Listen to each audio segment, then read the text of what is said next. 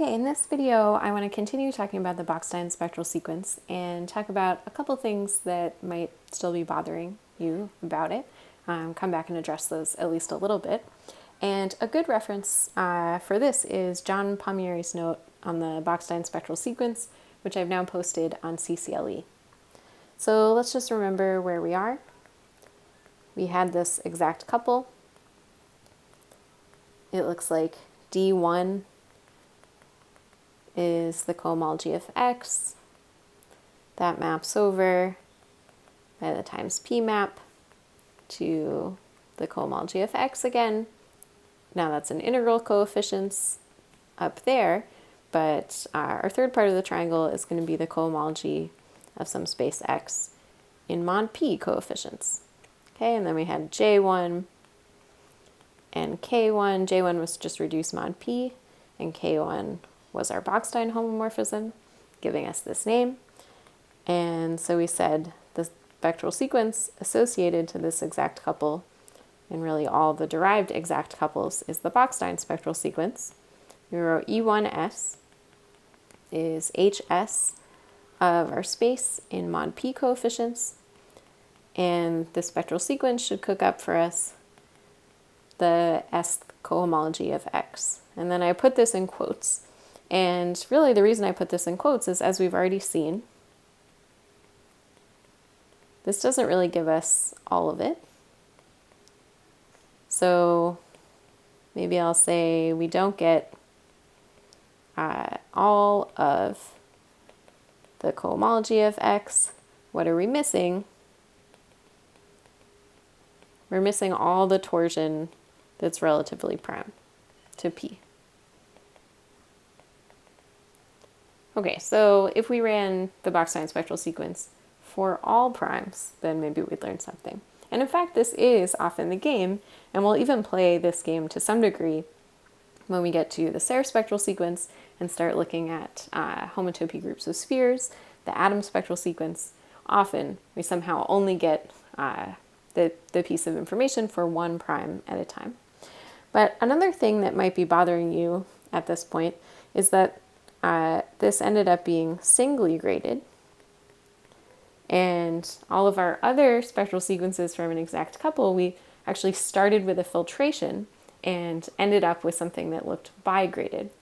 Now again, remember I said we can end up with whatever grading shows up here, so it's totally fine that it's singly graded, but it still might bother you that it didn't come from a filtration.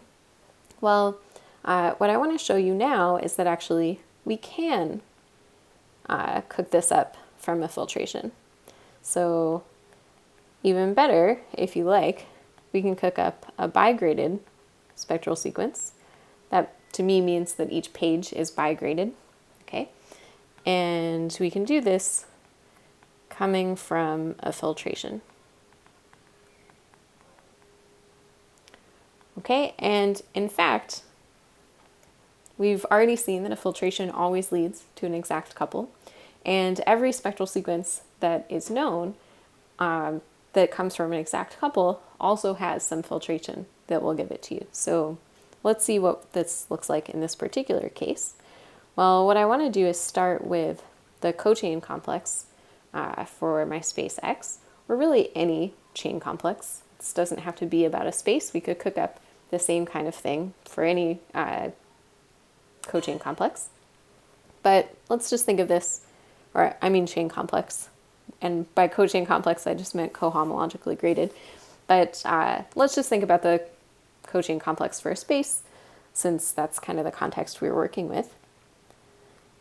And we need to come up with some filtration. And what we're going to do to get the Bockstein spectral sequence is just filter by powers of P. Okay, and really that's the whole answer, but I'm going to spell that out just in a little bit more detail. So my kth filtration component of my chain complex is just going to be P to the K times the chain complex. Maybe let's think of it as the cochain complex for space. That gives us a decreasing filtration. So we've got our chain complex, we've got P times it, sits inside P squared times it, and so on. Okay, notice this is decreasing filtration, and it's not necessarily bounded below, so that can in fact happen. And each short exact sequence coming from this filtration, where we include the k plus first filtration into the kth filtration and quotient,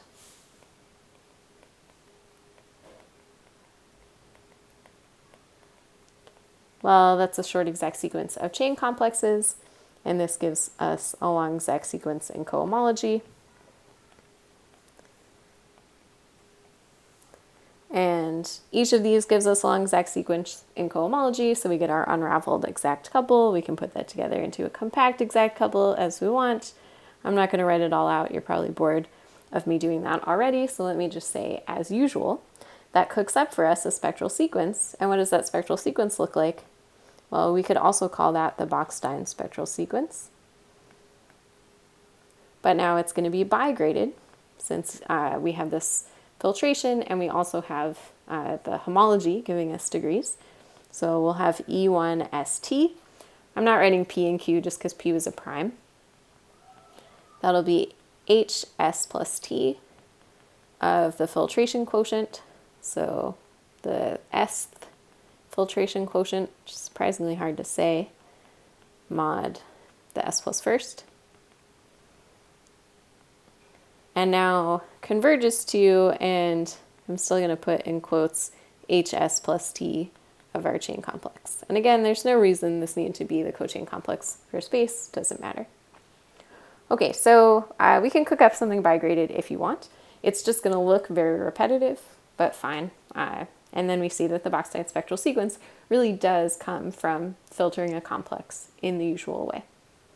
Okay, let me say a little bit more about what this is converging to and this issue in quotes, and we can get a little bit more precise about that. Now, I'm going to say a little bit more precise. We still need to delve deeply into convergence issues, but we said that this one was even more complicated. We've already seen we don't really get the whole cohomology, so I just want to address that piece of it, but the deep dive I'm still putting off. So how did we do this? Really, we started with the short exact sequence that looked like the integers mapped to the integers by times p, and so the quotient was the integers mod p. Okay, and more generally, people refer to this as a Bockstein spectral sequence whenever you do the same kind of game.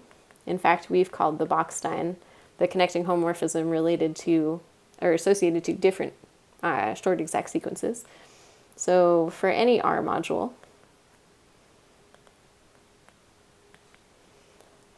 where R is some ring, let's call that R module M, and some element in the ring, doesn't have to be prime, as long as you get a short exact sequence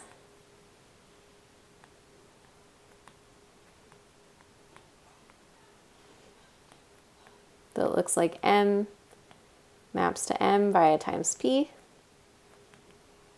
maps to M on P, so really I just need multiplication by P to be injective here, then we're going to get a Bockstein spectral sequence.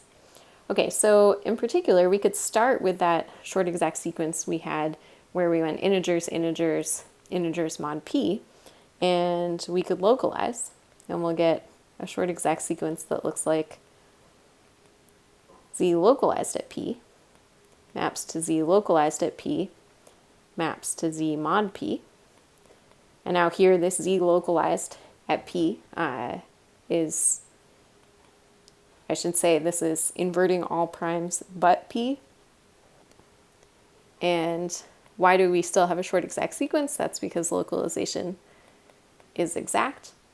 Okay, and so we can use that short exact sequence to cook up a short exact sequence of chain complexes, not our old short exact sequence where we just had C star to C star to the tensor mod P, but now we'll take it localized at P. So just localize all those copies of the integers, and then take that tensored with the integers mod P. Oh, maybe I also should have said if you localize Z mod P at P, you still get Z mod P, so that part hasn't done anything. Okay, but now I have a short exact sequence of chain complexes, and so I have long exact sequences, or I have a long exact sequence in cohomology, and maybe let me write that down. And now, as long as we're in a good setup, and this will be part of what we need to investigate when we really get into convergence. In this case, as long as the homology of this chain complex is always finitely generated, so we don't run into too much trouble, then we'll get a Bockstein spectral sequence. And now I'll be at least a little bit more precise. So we could do the filtered version if you like, or not. I guess I'm writing it as the filtered version, but I'm being kind of lazy about the filtration. And this is precisely the same. Equals, this should converge to, well, what does it actually converge to? It actually converges to the cohomology of the localized chain complex. Okay, so I was being a little bit brief when I said, oh, we can cook up the cohomology of X in integral coefficients. Really, we're getting the cohomology of this localized chain complex, and so we're getting localized cohomology. But the upshot here is that if we had some permanent cycles, some classes that were always in the kernel of every differential, and so they live to the E infinity page, well, before those told us about copies of the integers. Now those tell us about copies of the integers localized. And if we see some non-zero differentials, well, before we only saw non-zero differentials precisely, maybe let me name that differential dr. So it'll be a single differential, any single non-zero differential. It told us about a copy of Z mod P to the R. And that's still true localized. So we'll get a copy of Z mod P to the R. Well, now in the localized complex, but from this, we can recover the obvious information about the cohomology of our chain complex without the localization. Okay, as I said, I still owe you a deep dive into convergence, and I am still putting that off. But let me at least say something about this finitely generated issue. One of the things I'm trying to avoid here is having copies of Q, right? If I have copies of Q, then I do have things that are infinitely divisible by P, and then I have to take care of that. So that will all come for us later. But for now, we have an application of the Bockstein spectral sequence. We see that we can recover some pretty good information about the cohomology of some chain complex or the cohomology of some space in integral coefficients from the mod P cohomology and the differentials in the Bockstein spectral sequence. Okay, I'll stop there.